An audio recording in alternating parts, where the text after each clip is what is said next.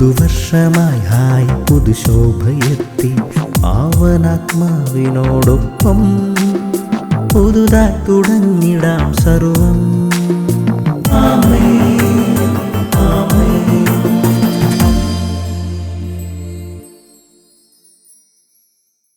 ഏറ്റവും പ്രിയപ്പെട്ട കുഞ്ഞെ, അമേരിക്കയിലെ ഹ്യൂസ്റ്റണിൽ അനേകം ആശുപത്രികളുടെ ഒരു സമുച്ചയത്തിൽ നിൽക്കുമ്പോൾ അപ്പസ്തോല പ്രവർത്തനം 2:24 ഞാൻ ഓർക്കുന്നു.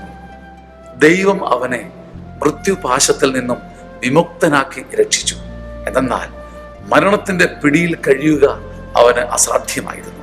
പ്രിയപ്പെട്ട മകനെ, ഈ വചനം കേൾക്കുമ്പോൾ ഈ വചനം ഇന്ന് നിനക്ക് തരുന്ന സന്ദേശം എന്താണ്?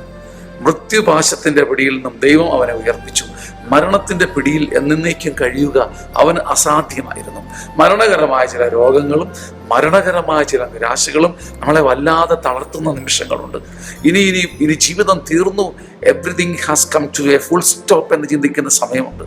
അപ്പോൾ നീ യേശുവിനെ ആശ്രയിച്ച് ഇങ്ങനെ പറയണം: എനിക്ക് ഈ മരണത്തിന്റെ പിടിയിൽ കഴിയുക അസാധ്യമാണ്. എനിക്ക് ഈ മരണകരമായ രോഗത്തിന്റെ പിടിയിൽപ്പെട്ട് തീരുക അസാധ്യമാണ്. ഈ വേദന എന്നെ മുക്കിക്കൊന്ന് ഞാൻ നശിച്ചു പോവുക എനിക്ക് അസാധ്യമാണ്.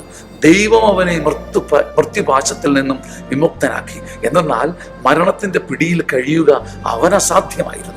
മരണത്തിന്റെ പിടിയിൽ കഴിയാൻ, രോഗത്തിന്റെ പിടിയിൽ കഴിയാൻ, നിരാശയുടെ പിടിയിൽ കഴിയാൻ നിനക്ക് അസാധ്യമായി തീരട്ടെ. എന്ന് വെച്ചാൽ അവയൊക്കെ പുഷ്പം പോലെ തട്ടി എറിഞ്ഞ് ഉയർത്തു വരാനൊരു കൃപ കർത്താവ് നിനക്ക് വെച്ചു തരട്ടെ, വച്ചു പിടിപ്പിക്കട്ടെ. ആമേൻ.